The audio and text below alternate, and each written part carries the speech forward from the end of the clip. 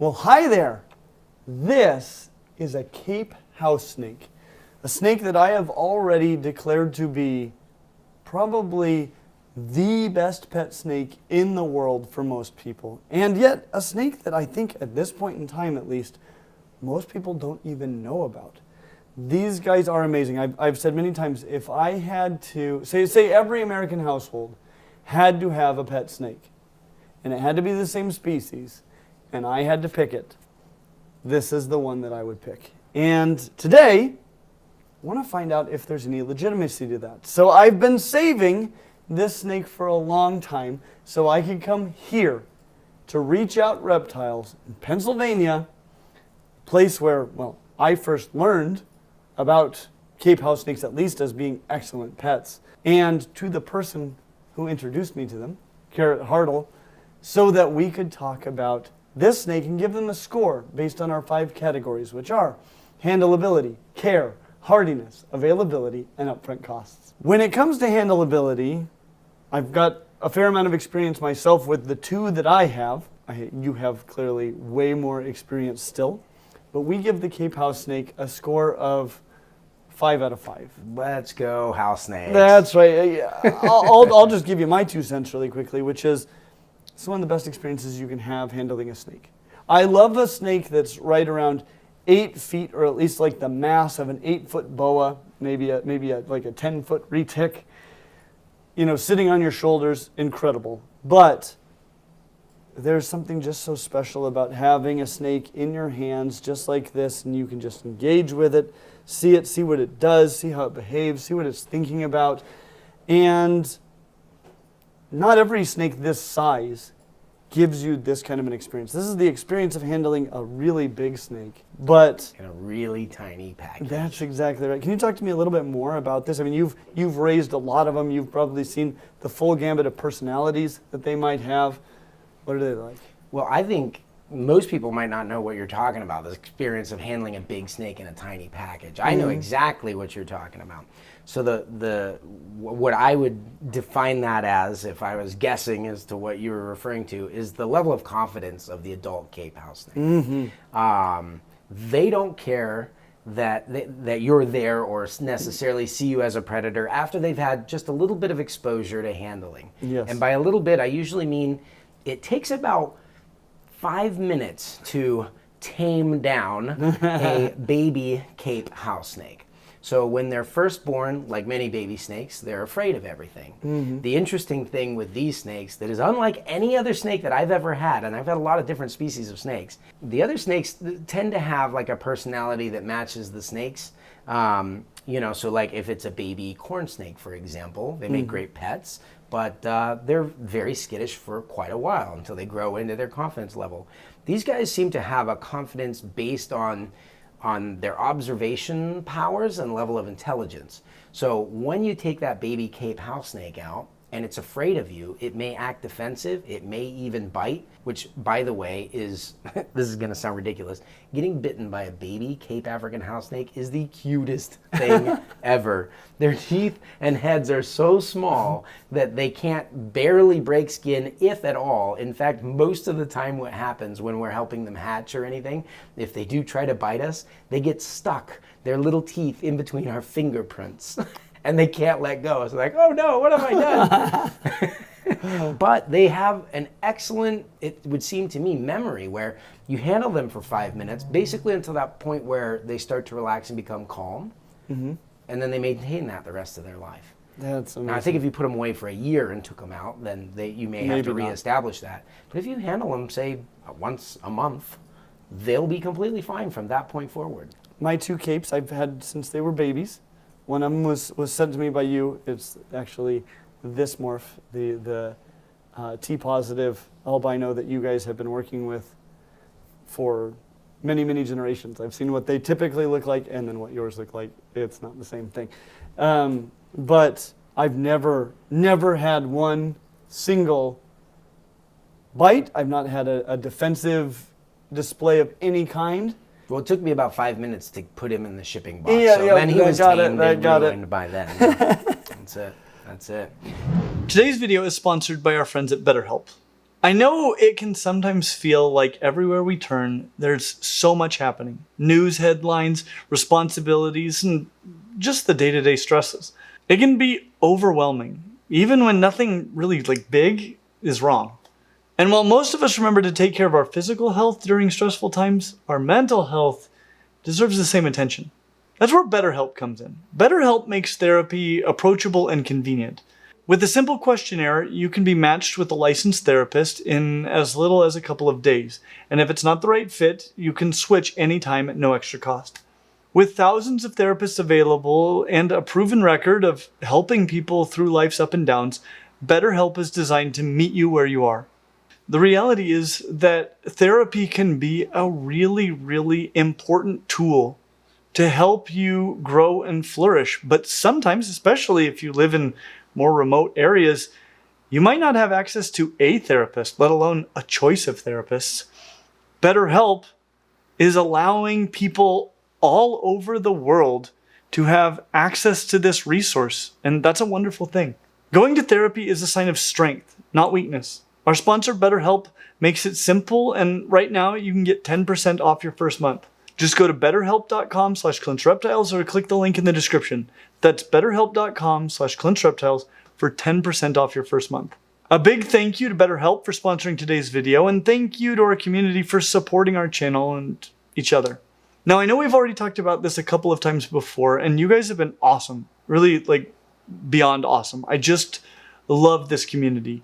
But I know that some people, understandably, have concerns with the sponsor of today's video, and I'm so thankful for your feedback. I've been researching BetterHelp very carefully since I first heard your concerns. And while I definitely think that there were some legitimate problems with the company in the past, when it was under different leadership, things I would not want to support, I haven't found anything about the company in 2025 or since it has come under different leadership that I find concerning.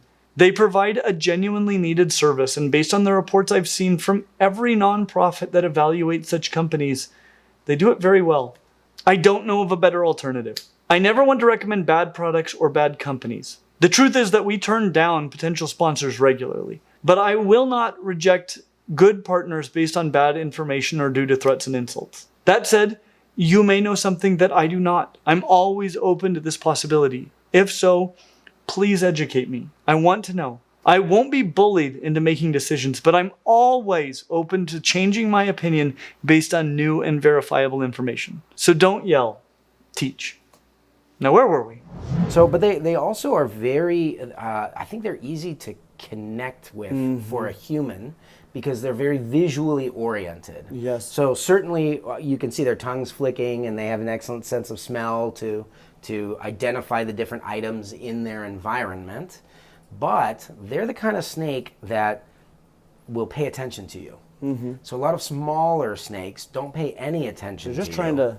They either view you as like a stick or something in their environment, or they know that you're a predator, a large animal, and are trying to get away from you. These guys will sit there, look at you, kind of figure you out for a minute, and typically they decide, this guy's okay.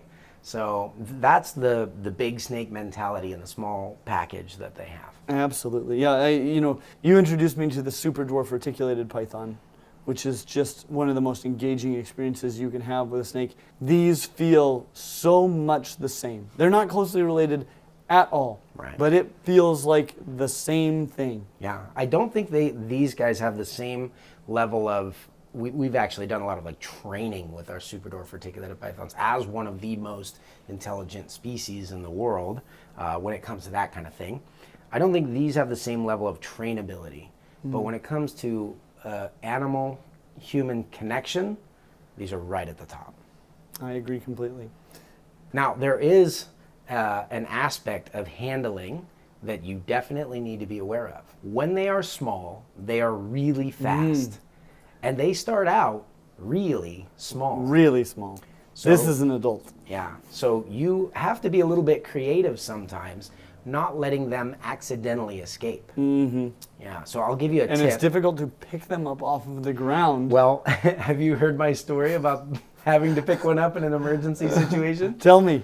I've got really fat fingers, and when I press my fingers together and put them against the ground, the little gap there is bigger than the house snake. So I was trying to pick up this little house snake as it was quickly squiggling towards a crack in the wall, and I thought, if this guy gets into the wall, he's gone forever. Oh, he's yes. so tiny, I'll never see him again. So he got really quick. I panicked, didn't know what to do, bent down, and sucked him up like Lady and the Tramp. All of my employees stopped and looked. They didn't see if it had gone into the wall. Where did the snake go? What happened? And I revealed my catch. So handling can be a little bit of exciting. So just make sure when you're first getting used to your Cape house snake that maybe you have a little bit of a buffer zone before they disappear forever. And that you don't have dry, cracked lips. Yeah, you want some good suction available. I'd like to take a moment just to say thank you to our patrons on Patreon who made it possible for me to come here to Pennsylvania to do this. I got to come for Retic Fest, which was just an absolutely astounding experience. Got to give it, I guess, the keynote address. Oh yeah, you which were was- main speaker and you did great. That was so much fun, and now we get to stay for a few extra days and show you this because of your support. And so, if you'd like to join our patrons in helping us create more content like this, or just see the awesome features that we have for our patrons, please consider checking it out. I heard you have some very exciting opportunities coming up for your Patreon. Indeed, we do. When it comes to care, we give the Cape house snake a score of 5 out of 5. And here to help me out actually a little bit with this care section is one of the world's greatest experts on the care of Cape house snakes, Well, Warren Klein from Bushveld Reptiles. That's That is the proper name of the company, correct? yes, Bushveld Reptiles. And you guys work with Reach Out Reptiles extensively when it comes to your Cape house snakes, correct? Yes. Well, Garrett and I have been, trading snakes for some time. I've been interested in his super dwarfs, and he got interested in house snakes as a result. Who was interested first? I think I probably started looking at the super dwarfs first, and he said that those house snakes are too small for him. And it wasn't until he saw them and realized the benefit of a truly small snake Yes. that he got into them. Because there is, I think the super dwarfs and the Cape house snakes are kind of the two perfect sizes for a snake. Sure. One that's a very immersive, kind of full upper body experience, but small enough that it's not exhausting or dangerous, and one that just sits in your hands, weaves between your fingers, and you can just engage with and examine and just Exactly. enjoy and get into their headspace. Well, It's like a difference between a one-hand snake and a two-hand snake. absolutely. Yeah, and these are Absolutely. definitely a one-hand snake, even for a kid. Absolutely. Well, walk me through what care is like for these guys. Like, what is a typical day or week look like for somebody caring for a Cape house snake? Well, it can be so variable because these snakes are so hardy. They literally thrive in just about any environment that you can put them in.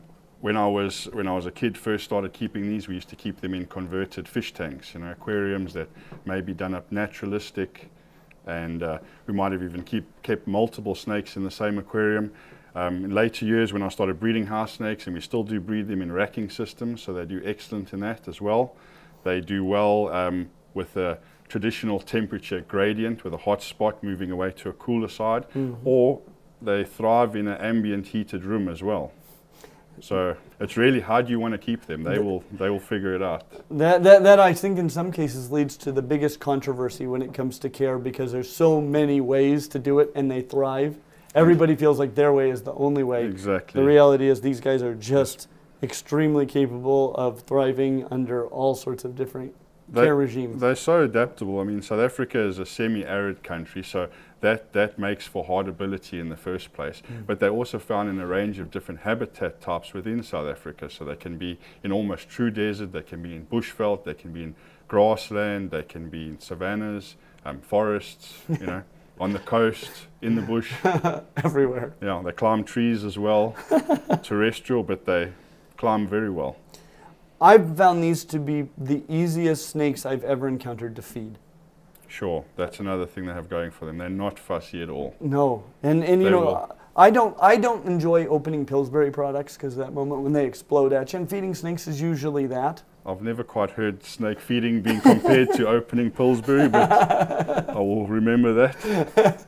Well, these guys though, more than any other snake I have, you just set the feeder in the enclosure and they go swallow. That's another thing. People ask me, what's the right way to feed them? Can they tongue feed them? Should they eat live? Should they eat dead? Should they leave it overnight? It's like they will accept anyway. Most of the time we just leave a frozen thawed rodent in, you know, and they take it, they find it themselves, and couldn't be easier.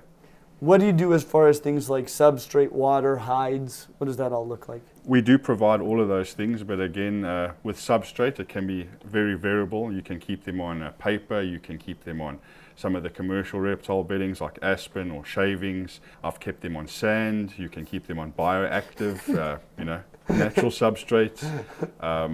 Yeah, there's so much. You have to provide water weekly, so at least every week give them fresh water. They're pretty hardy because, again, from a dry environment. They will also soak in their water bowl if it's big enough to do so. So just provide something that's not going to easily flip out or tip over. That so makes sense. Other than that, weekly feedings, ambient temperature or a hot spot, it's like couldn't be easier. I don't know. These are not colubrid snakes, but a lot of colubrid snakes about this size are absolute escape artists. I haven't encountered that myself, but when it comes to an enclosure, probably a good sliding lid or sliding front opening doors or something that locks, probably best. Yes. It has to be, the tolerance needs to be really close. Especially when they're little. It has to be tight fitting. I've said it many times, they are the ultimate Houdinis of the animal kingdom. Okay. So you need to make sure your enclosure is very secure. But for the most part, they do behave very much like colubrids. You said they're not colubrids, but they still are referred to in most field guides and literature as colubrids, although they phylogenetically a little bit closer to elapids. Yes, after indeed. recent studies show the similarities between them. But for the most part, they behave just like a colubrid. It is a harmless constricting snake, so that's one part we want to stress. They are harmless and they are constrictors. Well, this has been so amazing. Is there anything that, I mean, this seems like any kind of care you would ever give to a snake ever probably works with these guys. Is there anything really unique or unusual that you think people need to know about if they're considering a Cape house snake? Unique or unusual? Besides their adaptability, their hardiness, they are very prolific. I will just put that out there. They from one successful mating, they often go on to lay 3 clutches. Wow. So in a season? In a season, yes. Holy cow. So just keep that in mind if you're keeping them together. If you're keeping males and females together, it will be a matter of time before you'll get eggs. Because that was actually something we were talking about a little bit before. This is actually a species that one could potentially cohabitate, keep multiple individuals together. Have you ever had any, other than a lot of breeding potentially, have you ever had any really negative outcomes as a result of keeping multiple individuals together? Indeed, and that's how, as when I started keeping them as a child, I used to keep them together. I mean, having a big fish tank was quite rare, so you try and keep a couple of snakes in there if you could. So I'd often keep trios or 2.2s of them, and they would breed in the cage and do their thing, but when it came to feeding, I would either separate the snakes and put them in individual feeding containers, or separate them into the far corners of the enclosure and then observe them while they consume their food. That seems very wise. Very food driven. If they're not known to be cannibalistic, so they happily live with their cage mates, but if a mouse tail's hanging out of the other one's mouth and he's finished his food, he's just going to keep swallowing the next snake. Garter snakes are notoriously social and actually in many cases do better when housed in groups, but they got a powerful feeding response. I've definitely had to pull one garter snake out of the mouth of another garter snake. Yes. And so that is I don't know of many advice. snakes that you could really keep together without having trouble one swallowing the others. Mambas, on the other hand, very careful of doing that, but not everyone keeps mambas. No, yeah. It has some slight downsides Yes. versus these. Well, thank you so much for being here and sharing all of your experience. Really, like, you've just made this sound like probably the easiest snake that I know to exist to care for, and that's been my experience. It's definitely among the top easiest snakes to keep, and we just want to have the opportunity to share them with herpetoculture. People don't really know about how great house snakes are, so any chance we get to show how cool they are, I mean, we're happy to do so. Well, thank you so much. This is awesome. It's good speaking to you. When it comes to hardiness, we give the Cape house snake, honestly, one of the most emphatic 5 out of 5s I've ever given. It can't be anything else than 5 out of 5. Yes. Do you want to talk just for a moment about that? Can I give you a real story about? Give me a real story. About the hardiness of the Cape house snake?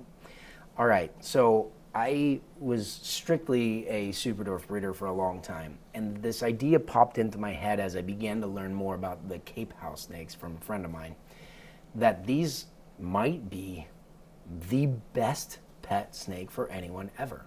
Mm-hmm.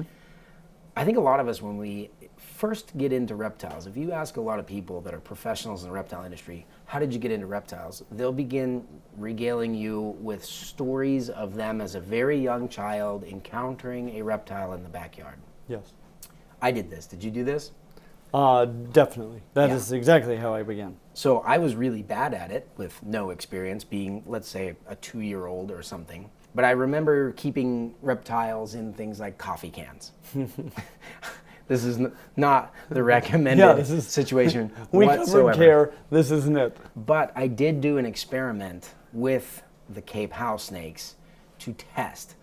They can survive in a variety of different care environments, but I kind of wanted to see how they did in the worst but most common one. So I set up a bit of an experiment, monitoring them closely, of course. I took a new captive bred Cape African house snake and I put it in a coffee can. Now I did punch a couple of air holes Oh, okay, yeah. with a nail, and I gave it some Did substrate. it as authentically as possible. Yeah, I gave it substrate. I went in my backyard and grabbed clumps of dirt and grass and put them in the bottom of the coffee can. And I put the house snake in that coffee can, and I raised her to adulthood on top of a shelf in my reptile room. So it was slightly warmer than your average room temperature. And then I bred that Cape house snake in that coffee can. And then I took her eggs and I put them in a little deli cup on top of the coffee can. And then the eggs hatched. And then I knew this is the hardiest she was, I probably could have honestly used a little more space, but I had her out constantly. But she grew her entire life, thrived, bred successfully in captivity in a coffee can as though she was receiving a 2-year-old's level of care. It was incredible. Yes. And again, this is not the recommended not care at all. regime for them. No, well, But you can get into it more does intense show care. how tolerant they are. I'm talking about hardiness. Yes. And so that was my test, and also kind of my aha moment, because the thing is, there are a lot of wonderful, beautiful, amazing reptiles that make excellent pets. But if you're talking about somebody who's getting one for the first time, hardiness has to be probably the main factor they consider first, in my opinion, because you're probably going to make some errors as a keeper. Yes. So I intentionally made all those errors for you, and they were just fine. On top of that, they almost, if we're talking about Cape house snakes, I can't think of a single one who has ever gotten ill, and I have hundreds, even thousands of Cape house snakes. That's incredible. Keeping them in a variety of different situations. I've never had one become ill. Geriatric, yes. Ill, no, ever. When you talk about, let's say, feeding, for example. Now, the one thing that's very challenging with Cape house snakes is keeping them contained. You need tight enclosures, and I was learning that in the beginning. So they eat very readily. Frozen, thawed, live. You can just put something in and walk away, come back later. That's it's how I gone. feed mine. So, Fantastic. By accident, we've found out one of the best ways to find an escaped Cape house snake is to have a rodent breeding colony. They'll let themselves into the cage, gorge themselves on as many little rodents as they can, and then they can't get back out. And so they're easy to find. Oftentimes, they will engorge themselves to the point of regurgitation and then retry to eat their regurgitated food. This is something that's very hard on many other species of snakes. But they're just like, that was totally worth it. They're very quick. So a lot of times, if we have an enclosure that's higher up or something, they'll bail out like a paratrooper and drop all the way down to the floor. And they're like That was totally worth it. We haven't been able to do anything. They're physically very tough. They're environmentally very tough. They are digestively very tough. They seem to not have, I'm not saying they would never get any snake illnesses, but the common illnesses that we encounter when you have a collection the size of ours, not seen anything there. I wonder to some degree, this wouldn't explain all of it, but just the fact that they are elapoids. So they're in a completely different group of snakes than most of the other snakes that we keep.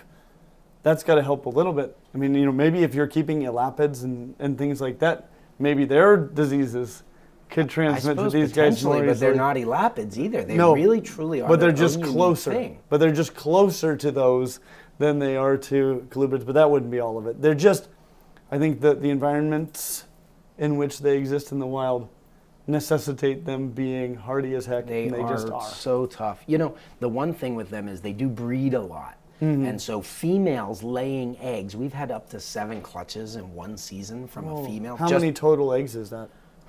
I mean, they start with like maybe a smaller clutch of 4 to 6, and then they'll do 10, 10, 10, 10, 12. Oh my and goodness. Then, maybe 4 to 6, so I don't know, you'd have to do the math on that. But it's a lot of eggs. It's more than a mainland reticulated python can have in one season.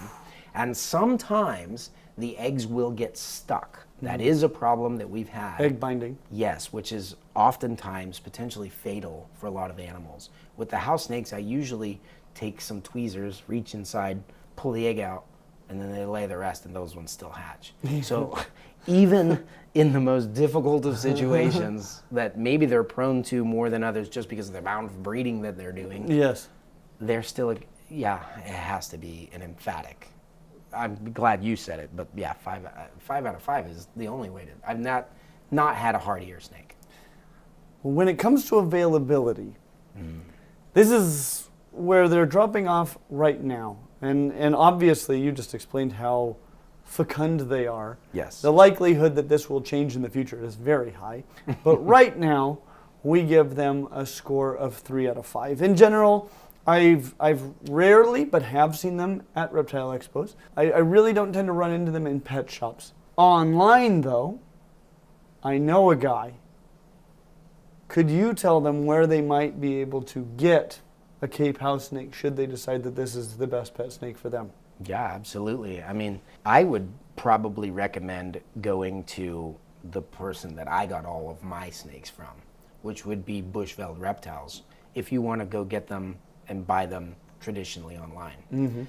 I will say, I like to keep and hoard all of my house snakes to the point of having thousands of them because they're so stinking easy. It's like having 1,000 gummy bears. It's just wonderful in all ways. There's no really reason not to. I always tell people I want a pool of them like Scrooge McDuck to dive into. But occasionally I actually do sell them as well, but only in one specific situation, though you can get them weekly there. And so that would be an app that I use called Palm Street, where we do live auctions. We talk about the house snakes, and you can swipe, and we'll ship you one the next day. So we do that once a week. So that's definitely helping the availability. If you have a phone that can have an app, yeah, pretty good. We'll have links to both of those things down in the description. Perfect. When it comes to upfront costs, well, I will say virtually everything about these snakes is really, really, I mean, you need a coffee can, a nail. That's not the recommended way to get. You better listen to Warren on that one. But the enclosure that you need will be one of the more affordable reptile enclosures you can get. Just make sure it has a good lid. You need a water bowl, substrate, some hides, source of heat, probably a thermostat. It's not going to get any cheaper, though, for any snake anywhere. It's really just going to come down to the price of the snake itself. Yeah. And I suspect that price will go down and down and down and down. Right now, what are the prices like for Cape house snakes? Well, they're going to range depending on the variety of morphs that you have. Yeah. There are also some very rare localities that are actually super exciting within the Cape house snake, group. But if you were to get a wild type, captive bred Cape African house snake, it's usually less than $100. And then, with the rarity of new morphs and stuff, like you're holding a snake that's probably worth about $2,500. And they can go up even more from there.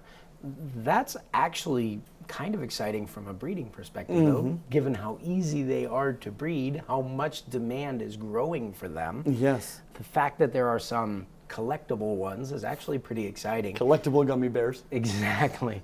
But as you can see between the two that we have, me with an adult male, by the way, and you with an adult female for size reference, a little adult male, I mean, you can see how easy this would be to have and house. Absolutely. You're getting the same personality, whether you're getting that less than $100 house snake. I mean, I've seen them anything from $30 to $80. Yes. Or whether you buy a $2,500 house snake. As long as you're getting a captive bred Cape house snake, not one of the other varieties of African house snakes. And I think that's really important to note that not all African house snakes are created equal.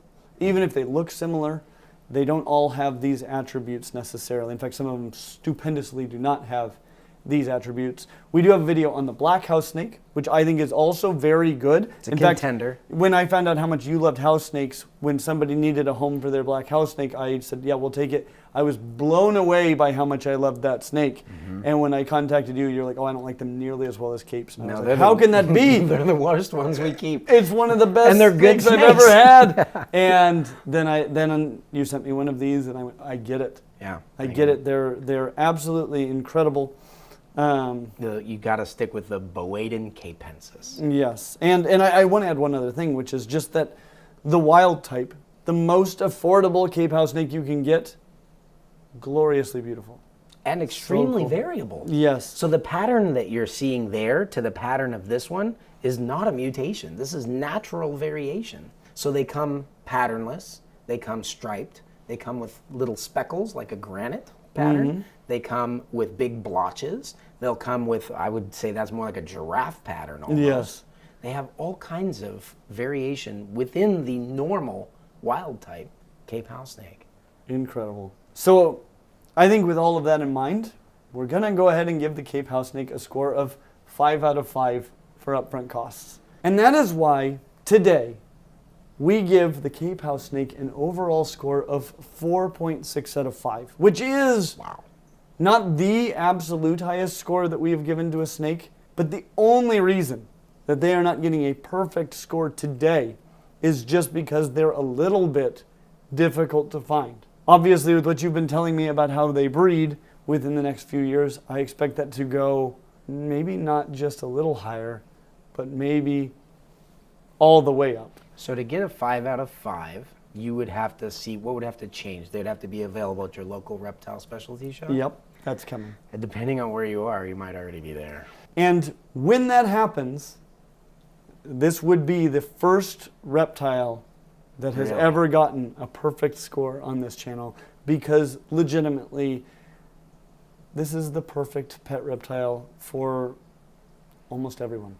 So they don't even have to decide for themselves anymore? You're asking, is this? Now you're just telling them. I've told them that many times. This is the This is it. perfect pet reptile This for is you. it.